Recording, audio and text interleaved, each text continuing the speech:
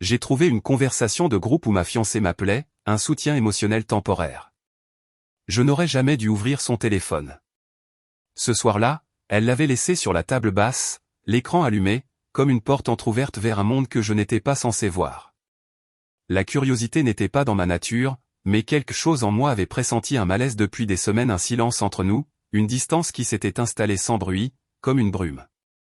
Je pris le téléphone et vis le nom du groupe, les filles du jeudi. C'était le genre de conversation où elle riait souvent, où elle partageait des anecdotes sur ses journées. Mais ce que je lus me glaça le sang.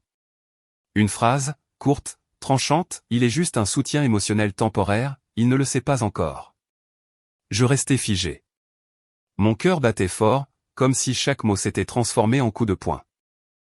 Autour de moi, tout semblait soudain étrangement calme, la lumière du salon, la pluie qui tombait sur le balcon, le tic-tac régulier de l'horloge. Tout continuait, sauf moi. Je lus les messages qui suivaient. Elle riait. Elle parlait de projets, de rêves, d'histoires que je ne faisais manifestement pas partie. Elle, celle avec qui je pensais construire ma vie, avait fait de moi un simple passage, une escale avant sa vraie destination.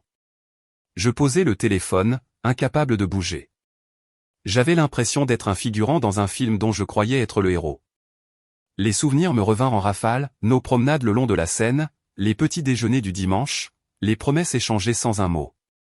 Tout prenait un goût amer, une ironie douloureuse. Je passais la nuit sans dormir. Les heures s'écoulaient lentement, entre colère et tristesse, entre déni et lucidité. Le matin, elle se leva, me salua avec un sourire que je ne reconnaissais plus. Je la regardai longuement, sans rien dire.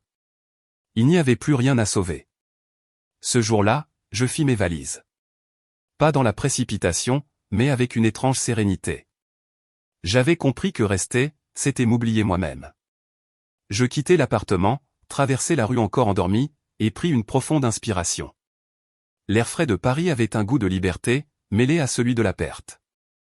Depuis, je n'ai jamais cherché à comprendre pourquoi. Peut-être qu'elle avait besoin de ce rôle que je jouais sans le savoir. Peut-être que moi, j'avais besoin de cette trahison pour ouvrir enfin les yeux. Et parfois, quand je repense à cette phrase, un soutien émotionnel temporaire, je souris. Parce que oui, j'ai été temporaire pour elle. Mais ce jour-là, j'ai compris que ma valeur, elle, ne l'a jamais été.